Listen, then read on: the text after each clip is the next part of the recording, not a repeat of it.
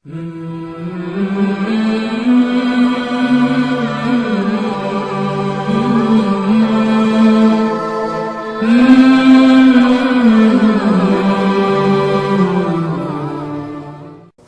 پارہ ہے سورۃ المائدہ، آیت نمبر 95 سے آگے پڑھیں گے۔ اعوذ باللہ من الشیطان الرجیم، بسم اللہ الرحمن الرحیم۔ احل لکم صید البحر وطعامہ متاعا لکم وللسیارہ وحرم علیکم صید البر ما دمتم حرما واتقوا اللہ الذی الیہ تحشرون۔ احل لکم صید البحر، حلال کیا گیا ہے تمہارے لیے دریا کا شکار، وطعامہ اور دریا کا کھانا، متاعا لکم تمہارے فائدے کے لیے، وللسیارہ اور تمام مسافروں کے لیے، وحرم علیکم صید البر اور حرام کیا گیا تم پر جنگل کا شکار، ما دمتم حرما جب تک تم حالت حرام میں ہو، واتقوا اللہ الذی الیہ تحشرون اور ڈرو اللہ تعالیٰ سے جس کے پاس تم جمع کیے جاؤ گے۔ اس سے پہلی آیات کے اندر بھی حالت حرام کے اندر شکار کے احکام مسائل کا بیان ہو رہا ہے۔ اس آیت کے اندر بھی اسی بات کو بیان کیا گیا ہے، فرمایا کہ حلال کیا گیا ہے تمہارے لیے سمندر کا، دریا کا شکار، یعنی حالت حرام میں خشکی کا شکار تو نہیں کیا جا سکتا، لیکن سمندر میں یا دریا کا جو شکار ہے وہ کیا جا سکتا ہے۔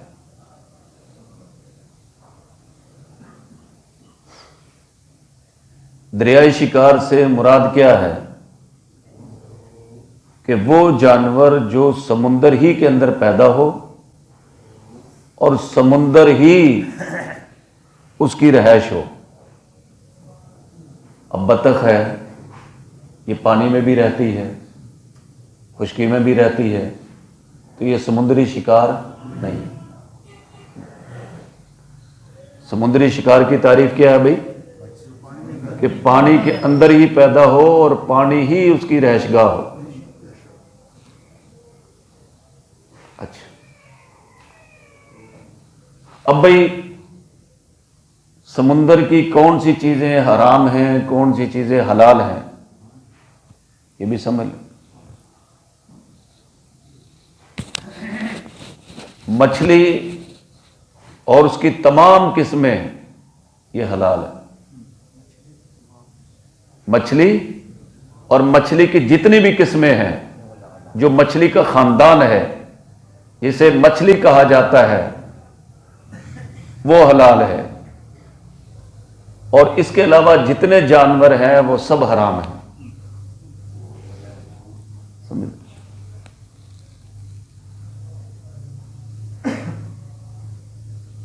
یاد رکھیں، باقی ائمہ جو ہے نا وہ یہ فرماتے ہیں کہ سوائے خنزیر کے سارے سمندری جانور حلال ہیں۔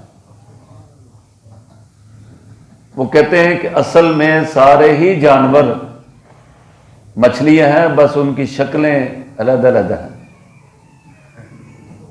تو ہم ان سے کہتے ہیں کہ ان کی صفات جدا ہیں۔ جو مچھلی کے اندر صفات ہے وہ مینڈک کے اندر تو نہیں ہے، وہ سمندری گھوڑے کے اندر تو نہیں ہے۔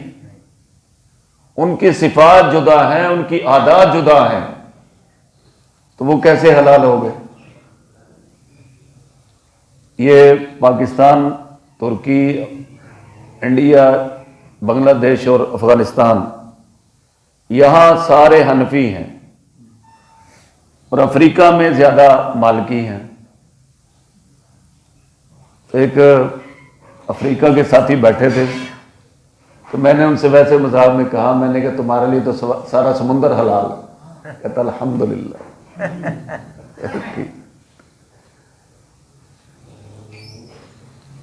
اب جو ہماری جماعتیں باہر کے ملکوں میں جاتی ہے نا، تو ہمارے بزرگوں کی کوشش ہوتی ہے کہ ان کے ساتھ کوئی عالم ہو.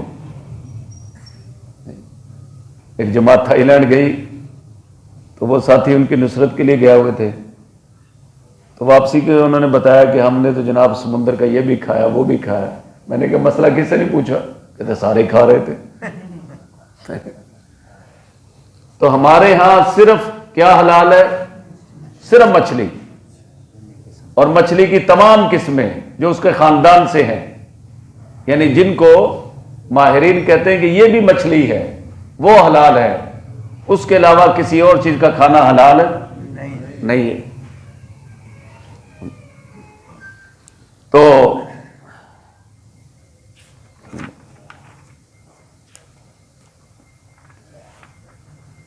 اور مچھلی زندہ بھی حلال ہے، مردہ بھی حلال ہے. مچھلی زندہ بھی حلال ہے اور مردہ بھی حلال ہے. ہاں سمجھے بھائی؟ تو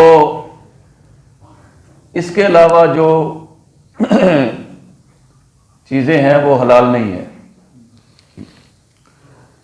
نبی پاک صلی اللہ علیہ وسلم، پہلے یہ لفظ سمجھ لے، احل لکم صید البحر، حلال کیا گیا ہے تمہارے لیے سمندر کا شکار.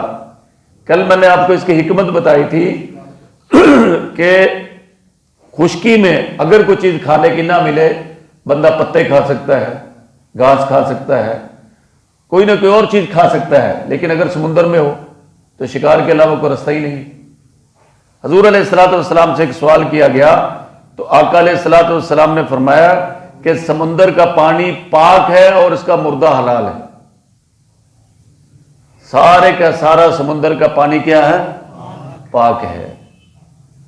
اور اس کا مردہ والحل میتتہ، اس کا مردہ یعنی کہ مچھلی اگر مری بھی ہو تو وہ بھی حلال ہے. تو صید البحر کس کو کہتے ہیں بھائی؟ کہ سمندر کے اندر شکار کیا. ایک تو یہ ہے وطعامہ، اور اس کا کھانا. اس سے مراد یہ ہے کہ سمندر نے کسی چیز کو باہر پھینک دی ہے.